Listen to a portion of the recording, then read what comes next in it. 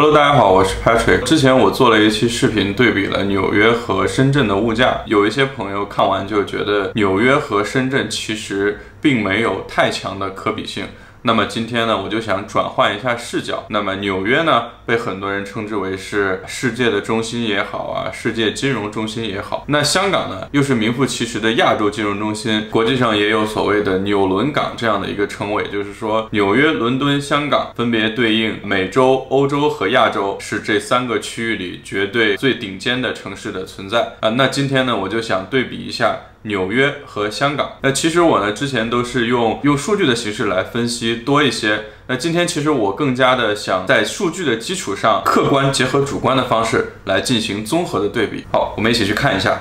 物价对比网站 Nambo 上给出纽约和香港在外就餐餐厅的价格比较的话，他们给出的数据是纽约的物价要比香港高出50%左右，在香港需要花费60港币，也就是差不多7.5美金吃一顿，一个人吃一餐的话，在纽约需要20美金。如果是2个人去好一点的餐厅吃的话，香港大概需要65美金，也就是500港币。那纽约呢，大概需要100美金。我觉得从吃的角度来讲，这个范围还是比较宽的，因为两个城市都是很多元化的地方，它既有平价的小吃然后又有中档的比较好的餐馆的，那其实又有很多的米其林。那其实香港跟纽约的米其林的数量呢，也基本上不分伯仲，都是汇集世界美食的城市。那首先我的感觉呢是，两个城市在吃的方面花销差距并没有那么大，总结起来就是都很贵。那纽约呢，其实更多的当然是以西式的为主，那加上纽约很流行的日式的，像寿司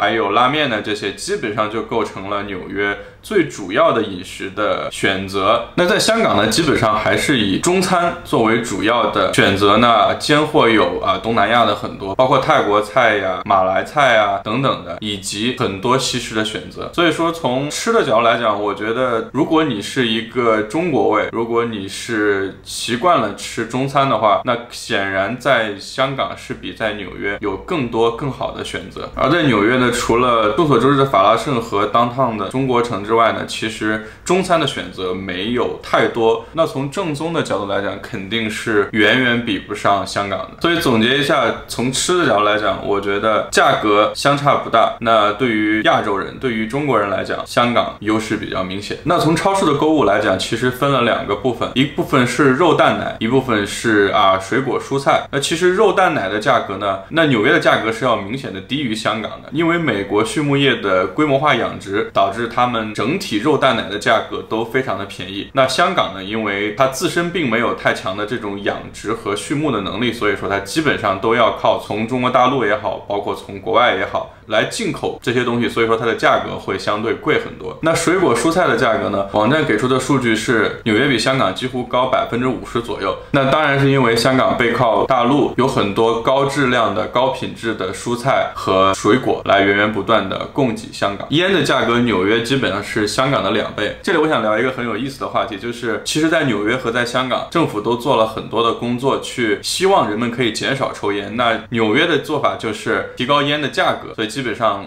我之前的视频也讲过，基本上纽约1包烟的价格在100人民币，也就是15美金以上。那香港的做法呢，是在烟盒上印上因为吸烟而导致人体受到伤害的那些部位，比如说肺或者是其他一些部位的特写的照片，非常的惊悚他希望用这样的方式来引起人们的注意，引起人们的警醒，希望大家因此而减少抽烟本质上其实2个地方都是希望人们可以少抽烟的，因为抽烟有害健康。从出行的角度来讲，也可以分为2个部分来讨论。首先是公共交通，那公共交通无疑香港的价格是要比纽约要低的，因为香港其实坐地铁的话3块钱你也可以坐2站3站，在纽约基本上是通票2.75美金，换算成港币大概是20块钱。在香港如果不过海的话，基本是花不了10块钱的。所以这一点上，公共交通不管是打车还是坐地铁，纽约的价格明显都要高于香港。但是纽约的油价相比香港来讲便宜很多。纽约1升油的价格大概只需要折合港币5.5港币，但香港的价格呢是17.7港币。那基本上香港的价格是纽约的3倍。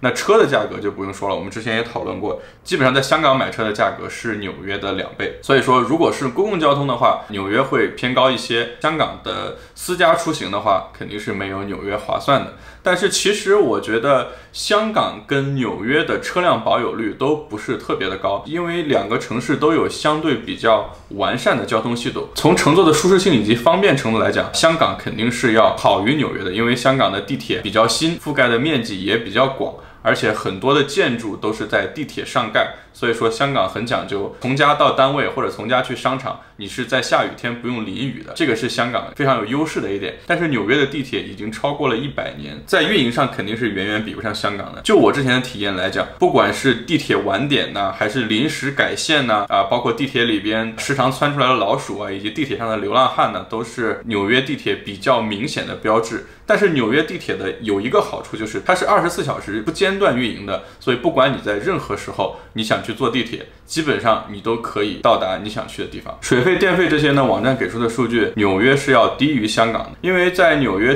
生活的话，其实很多住的地方水是免费的，然后电费需要钱。像我之前租的纽约的房子，除了要付电费之外，水费、燃气费还有暖气费都是不用另付的，所以这一点上纽约的成本会低于香港很多，而香港的电费是比较贵的。那说到体育休闲，抛开网站上给出的这些数据对比的话，其实我觉得在两个城市都是比较丰富的。首先，两个城市都有很多的体育休闲的设施，也有很多体育休闲的项目。那不管是在香港还是在纽约呢，大家都比较喜欢跑步，比较喜欢运动，这个是在大城市高强度的工作和生活里边保持健康的一个秘诀。在两个城市呢，其实都有相对比较多的娱乐项目。在香港呢，那其实我们知道演唱会是非常多的。疫情之前呢，我们是有很多机会去看不管是港台明星的演唱会也好，还有欧美的，包括 Lady Gaga 呀，他们都会来香港开演唱会，所以这个机会是非常多的。那香港的演唱会有几个好处，第一个是它的价格相对于我们包括在深圳看演唱会来讲，它的价格是会低很多的。最高节的票基本上也都在800到900港币之间，折合人民币也可能就600-700块钱。但是在演唱会里边，同样的位置的话，基本上在深圳可能要卖到1500块钱。第二是在香港的演唱会，它的场馆是比较旧的场馆，所以说场馆的面积没有那么大。总体来讲，不管是你买800块钱的票也好，还是300块钱的票也好，你的位置都不会特别的差，基本上都可以享受一个比较好的这种效果。然后香港的演唱会，一般一个明星开演唱会，它的场次也会比较多。你像陈奕迅，他之前在大陆开演唱会，基本上一个城市就是1场或者最多2场。我看到过最多陈奕迅的记录是在香港连开了25场，所以说在香港的话，看演唱会的机会是会多很多的。其实在纽约的话，看演唱会的机会也很多。我之前曾经花了50美金，折合人民币350块钱左右，就买了一个英国的歌手叫 Adam Smith 他的演唱会效果也是非常好。纽约除了看演唱会之外，还有一个比较大的优势，就是有很多体育的项目可以看，不管是看 NBA 也好，还是看棒球，还是看橄榄球也好都有很多的体育项目可以看。那价格也不贵，我之前有一个朋友曾经花了7美金去看了一场布鲁克林网队的比赛。那你要知道，你去场馆来回的地铁费都需要6美金，那球票只要7美金，所以说是非常划算。那其实在纽约除了看演唱会看球之外呢，纽约还有2大比较好的休闲娱乐的项目，一个呢就是百老汇，另一个就是博物馆。纽约的百老汇呢，其实在全世界都非常的出名。香港虽然也有经常会有百老汇的组过来表演，比如说狮子王这些，但是呢，那纽约的百老汇呢是集合了非常多的秀，包括我之前曾经在纽约看过一个叫 Sleep No More 这个项目，在上海也有，这个互动式的体验是非常非常惊人的。那在纽约像这样的秀有很多。另一个不得不提的就是纽约的博物馆，纽约有非常多的博物馆展览馆包括我们都知道的大都会博物馆古根海姆博物馆MoMA 现代博物馆还有惠特尼博物馆非常非常多的选择，这个也是在纽约日常休闲娱乐的好去处所以说从休闲娱乐这个角度来讲，我觉得2个城市都非常好。那纽约呢更胜一筹。那从穿衣的角度来讲，其实我觉得两个城市的差距并不大。那其实香港呢聚集了全世界大部分的品牌，基本上你想买的衣服啊、鞋啊，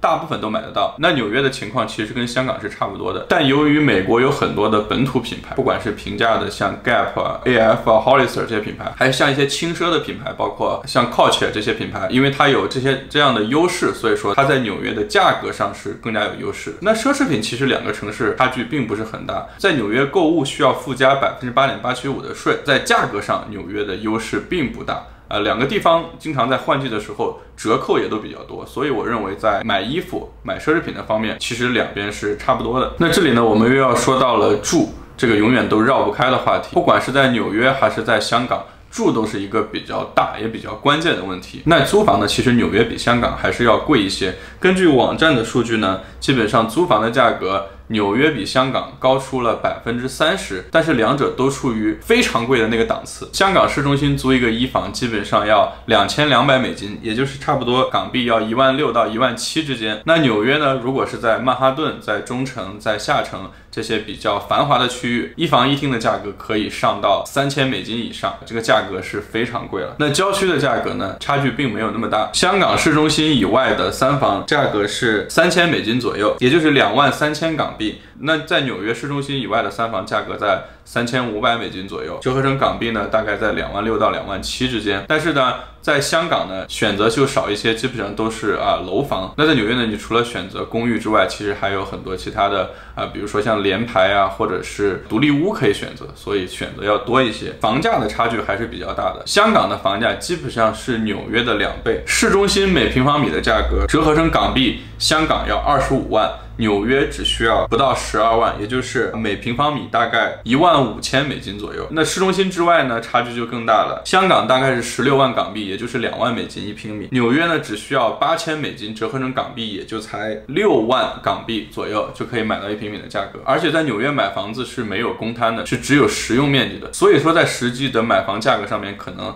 两者的差距会更大一点。其实在这里我要说一下，就是纽约跟香港其实都有比较明显的问题。那香港的住房主要的问题就是小，基本上在香港一个50平方的房子就可以做成2房，甚至做成3房。就我现在住的这个房子的主卧的话，其实只有我之前在纽约住的那个卧室的1/3的面积，所以你可以想象一下香港的面积有多小。虽然纽约的住房面积要比在香港宽敞很多，但是纽约也有它自己的问题，那就是旧。基本上你在纽约看到一个50年代、60年代建造的房子，这几乎算是这个房子的壮年了。我之前住那个房子是一战时期建造的，可能距今大概也有将近100年的历史了。那房子整体的设施呢，都会有老旧的现象。那维修和保养的费用也是一笔不小的开支。那说到住房，还有一点比较有意思，就是洗衣服的问题。在香港呢，因为房子基本上都是没有阳台的，你必须在室内里边去晾晒。由于天气比较潮湿，所以经常会出现衣服洗不干净，或者洗完之后还会残留味道这样的一个情况。那纽约呢，因为很多房子都比较旧，在设计这个房子的时候根本就没有设计洗衣机下水管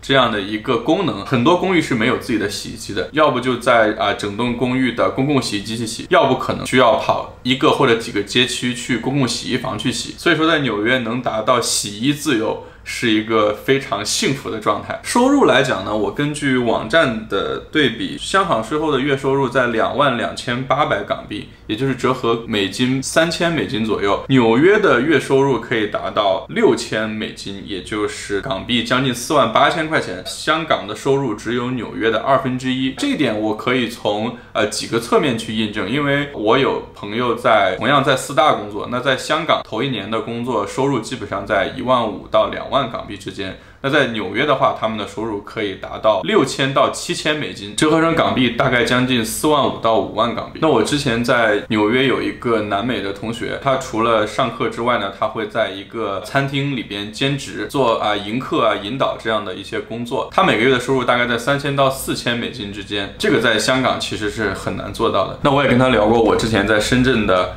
工作以及工作的收入，折合成美金的话，因为要明显的低于他在餐厅打工兼职的收入，所以说他送给我的一个词就是 unbelievable， 不可思议。那总体的购买力来讲，香港还是要比纽约低出了大概30%到40%左右的。不管是香港还是纽约，都是非常大的国际化大都市啊，有着非常丰富多彩的生活，有着非常多的工作和发展的机会。那香港呢，作为亚洲的金融中心，明显是更加具有亚洲的色彩，不管是文化、饮食等等方面。那纽约呢，因为是汇聚了全世界的人口，那不管是从文化、主要的行业，还是从饮食各方面的角度来讲，纽约都更加的多样化。那这基本上就是我对香港和纽约一个客观加主观综合性的对比。那大家是怎么看这两座城市的呢？哪座城市在你心中的位置是更高的呢？好，这期就到这里，谢谢大家，拜拜。